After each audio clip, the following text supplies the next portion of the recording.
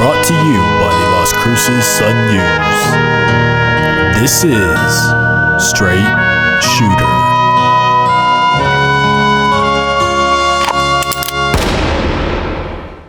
What is going on, everybody? This is Justin Martinez, aka Jay the Sports Dude. And if you are listening right now, let me just say thank you for tuning in to Straight Shooter, the podcast where I shoot from the hip and give you everything that you need to know about the New Mexico State men's basketball team. This is episode number 5 of our season-long journey. So if you're a returning listener, well then welcome back. I missed you. And if you're new to the program, well then welcome to the family. Where have you been all my life? Guys, we have a good one in store, so let's jump right into it. You know the setup by now. I'm coming to you from a place that I like to call the Saloon. So Barkeep, what do we have on tap for today? On tap today is a recap of the Cayman Islands Classic, an interview with Johnny McCants, and a preview of the UTEP game. Alrighty, thank you, Barkeep. I have my lasso in hand, and it's time for our post-game roundup, the segment where I round up my thoughts on the most recent New Mexico State game. And in this case, the Aggies competed in the Cayman Islands Classic this past week, where they ultimately took second place. Now, since the team did play 3 games, I'm going to give my one big takeaway from each contest. Let's start off with New Mexico State's 78-70 overtime win against Colorado State in the opening round. My takeaway from that game is that there is a clear 6-man on the squad, and his name is Jabari Rice. Now, the redshirt sophomore has put up points in the past so far this season. That's nothing new, but the main critique, the knock on him, has been that those points haven't come when something was actually on the line. So he scored a career-high 21 points against Western New Mexico, who is a Division II team, and he also scored 11 of his 14 points against Arizona in the last 9 minutes or so of the contest when it was already about a 20-point deficit. Okay, but Rice actually delivered when the team needed him the most against Colorado State. He scored 12 points in the 5-minute overtime period alone and ultimately ended up tying his career high of 21 points. He showed more aggressiveness on the offensive end than any of the other guards on the team, and that's what makes him so great in his role as the 6th man. Now, credit also has to go to Sean Williams, who has been really good off the bench as well. But in terms of consistency,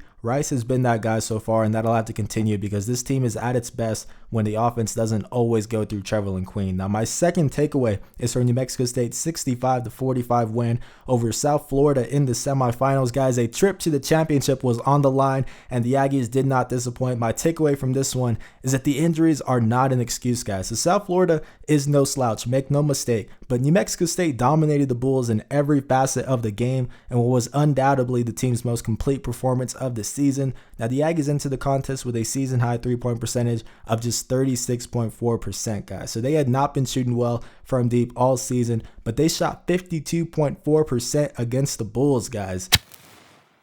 Yes, that is right. They were heating up from deep, but it did not end there. So the Aggies also tied for a season-low 13 turnovers, and they tied a season-high 7 steals. So everybody who got playing time got on the scoreboard, actually. And it's interesting because ESPN gave South Florida a 52% chance of winning that game. So that shows that all these numbers I'm telling you, it didn't come against scrubs, okay? So yes, the injuries are frustrating, but the potential is still there for this team to succeed in the meantime while they are resting up. Now, my final takeaway comes from New Mexico State's 68-64 loss to George Mason. It was the title game, a championship on the line, and my takeaway from that one is that the Aggies have to roll 10 or 11 players deep. Now, I know the general consensus has been that turnovers is what killed New Mexico State in that second half, and for those who didn't watch the game, the Aggies held a 15-point lead at one point in the contest, but the Patriots essentially full court pressed the entire second half en route to a comeback. And while that did play a factor, when you look at the stats, New Mexico State only committed 3 more turnovers in that second half compared to the first half. So what really made the difference, I think,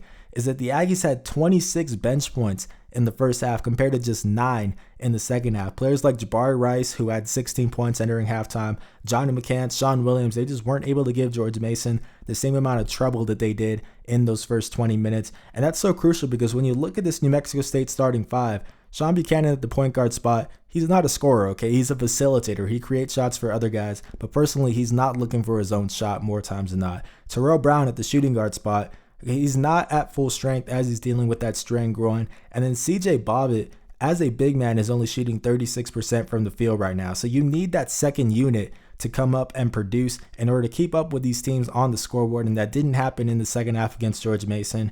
And you saw what happened. The Patriots were able to come back and get the title, guys. So speaking of the second unit, I got to talk to Johnny McCants the other day after he averaged 10 points and about 7 boards off the bench during that tournament run. A really impressive stretch. He was even shooting some 3-point shots, which we haven't really seen since his high school days. So I got to talk to him, and here's what he had to say about his role on the team. Barkeep, change the channel real quick. You got it, boss. You guys coming off a run at the Cayman Islands Classics. I know that it wasn't the result you all wanted with the second place finish, but just what are some positive takeaways you guys can take from that trip? Going into the tournament or going up there to the Cayman Classic, we were basically 1-3. I know we won 2 games, but we're only 1-3 against Division I teams. Right.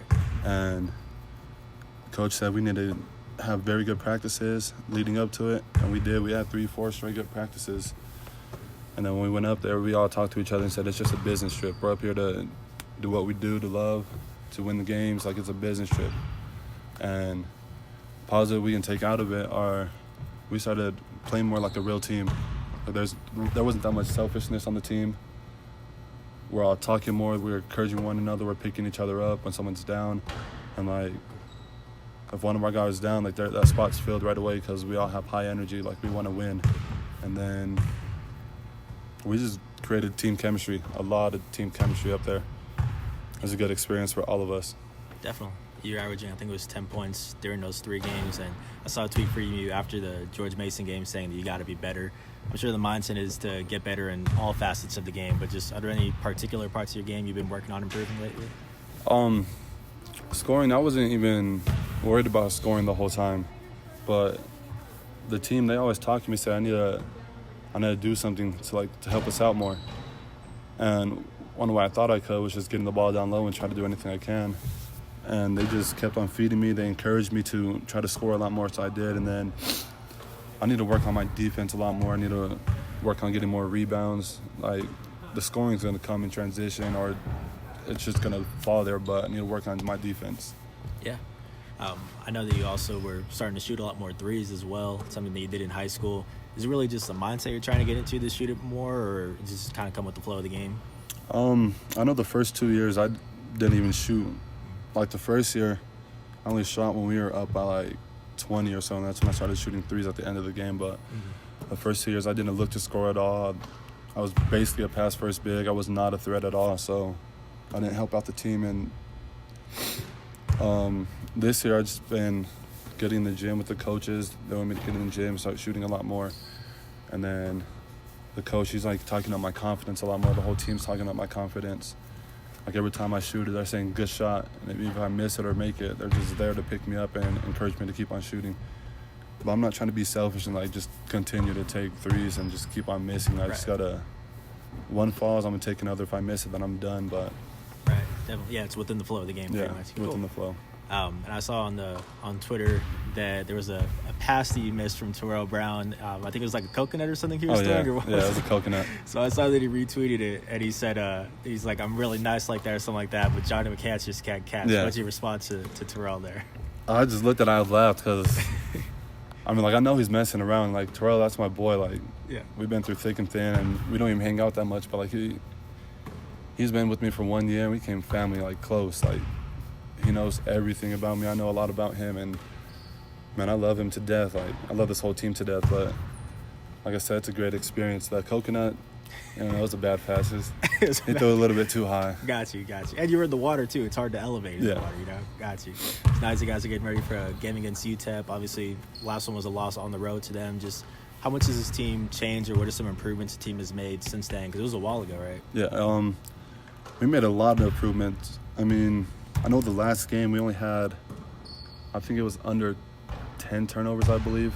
We're taking care of the ball a lot more, ball security, better shot selections, rebounding. And going against UTEP, I know they got guys that go to the glass, and we got to box them out on defense, get the rebound and push and just go. But I'd say we improved by being more of a team. We're all collected, we're all together right now. Definitely. and I like to end all of these interviews by offering some nickname ideas to the players that interview. So if you don't mind, I'd like to just bounce a couple off your head and just see what you think about them. All right, so starting off, I know you are from Las Cruces. Uh-huh. So the Cruces Crusader, what do you think about that one? Yes or no? Oh, yeah, that's pretty tough. You like that Cruces Crusader, yeah. All right. That's pretty Next tough. one, a pretty simple one, but Money McCants, what do you think about that one? I mean, if I can start making more threes, and then maybe we can consider it a little, but... We'll talk later in the season about that one. And the last one, I know that a big part here is A Mountain is a big thing here. What about J Mountain? What do you think about that one? Yeah, I'd say so. I mean, I just got to be what the nickname is. Like, J Mountain got to be bigger on defense, bigger down low, so I just got to fit it. Okay. So which one's your favorite out of those three? I like the Cruces Crusader. Cruces Crusader? Yeah. All right, cool, man. Well, that's all that I have. I really appreciate it. Thanks so much. Best of luck on Tuesday, man. Thank you. Alrighty, thank you, Barkeep. So that was Johnny McCants talking about his role on the team as one of the key players off the bench for the Aggies. Big shout out to him for taking the time to talk to me after practice this past Saturday. And also, guys, I got a home run on the first nickname suggestion this time. This is progress, the Cruces Crusader. I remember it took me like 3 attempts to get Yvonne to finally admit that one of my suggestions was decent. So like I said, that is a step in the right direction. Let me know what you guys think about those nickname ideas for McCants. Let me know if you're feeling any of these. But anyways, let's move on to segment number 3. It is the one you have all been waiting for. New Mexico State is back in the land of enchantment, and it is time for round 2.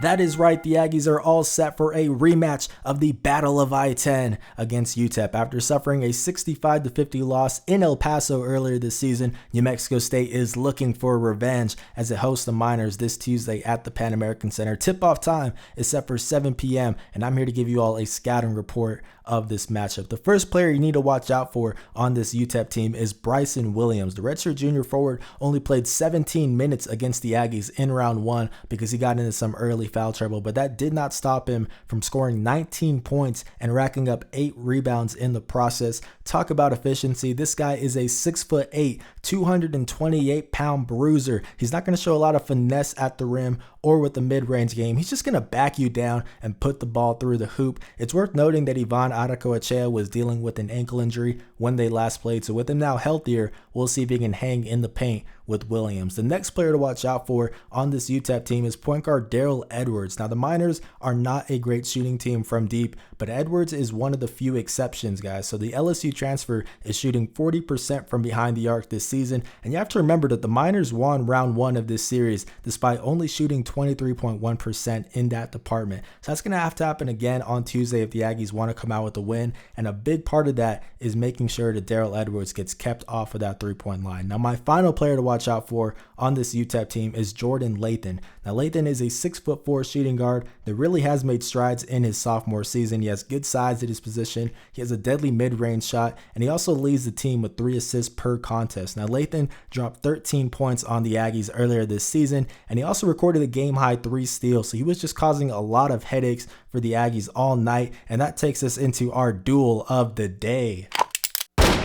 That's right, the duel of the day, aka the top matchup of the game, is the duel between Jordan Lathan and Terrell Brown. Now, similar to Yvonne, Terrell was also dealing with an injury in the last matchup. It was actually his first appearance of the season after missing the season opener with a strained groin, and Terrell did turn the ball over 6 times in the process. Now, even though he is still struggling with his shot so far this season, his defense has been solid as of late. He held South Florida's lead scorer David Collins to just 6 points, and he also held George Mason's lead scorer Javon Green to just 9 points. So we'll see if he can contain Lathan in this one. But now let's get into the keys to success. Guys, the first one is to win the battle on the glass. New Mexico State shot just 33.3% in the first half of round 1 compared to UTEP's 43.5% shooting. But what kept the Aggies in the game was the fact that they recorded a whopping 9 offensive rebounds in the first 20 minutes. That helped them get 10 more shot attempts than the Miners, and it also allowed them to only go into halftime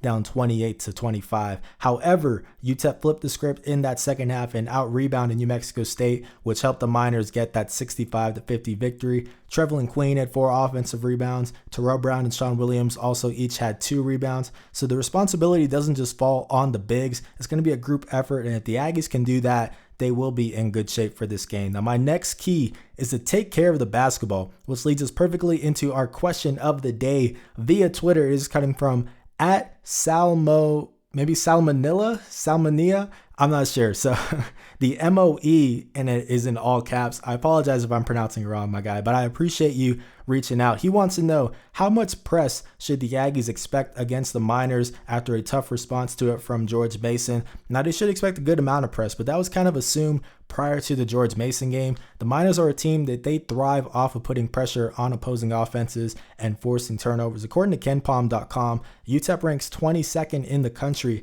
in turnover percentage at a cool 24.8%. And for those that don't know, that is the amount of turnovers forced per 100 possessions. So that pressure was a big reason why the Miners ran away with the first game against the Aggies this season. After not pressing much in the first half and holding that slim 28-25 lead at the midway point, UTEP pressed to start the second half and forced 5 turnovers in the first 5 minutes. Okay, so you can expect the Miners to do that again on Tuesday. And if the Aggies are going to handle it the same way that they did against George Mason in that second half, then they are going to be in trouble. So with all of that said, it is time for my prediction. Can I get a drum roll, please? Alrighty guys, so with this one, I'm going to go with UTEP by a score of 68-65. I know, I'm a terrible person. Look, it's never fun siding with the rival team because I know I'm going to get those "you're sleeping on the Aggies" comments, which if you have been following my coverage all season, you know that's not the case. This is actually the first time on Straight Shooter that I have not sided with the Aggies, and I have my reasons for it. Well, I do think the New Mexico State improved during the Cayman Islands Classics. A 15-point turnaround is just a big turnaround to ask for, even when you have home court advantage. Keep in mind, this is a Miner squad that beat New Mexico, which the Aggies didn't do, and they're still undefeated. And to top that off, they now have Caden Archie in the mix, who was a former 4-star recruit that transferred over from TCU this summer. I've mentioned him before in a couple previous articles. He's a 6'6" sophomore wing with a lot of strength and athleticism. So New Mexico State isn't the only team that has improved. UTEP just looks to be in mid-season form already, and it is a shame that the Aggies aren't at full strength, because if they were, I probably would be siding with them. Either way, I think this game is going to be a coin toss of a contest, and by no means would it surprise me if New Mexico State came out with a win. But that is going to do it for episode 5 of Straight Shooter. If you are still listening, I really do appreciate it. Also, I appreciate everybody that reached out to me with ideas for question of the day. Honestly, when I sent out that tweet, I thought I was going to get maybe about 3 responses. I got closer to 9. So what I'm going to do is I'm going to put out a separate article tomorrow that'll answer a couple more of them, because I want to get to as many of them as possible. But like I said, guys, that is it for me here tonight. This has been Justin Martinez, aka Jade the Sports Dude, and I'll see you guys next Sunday. I'm out.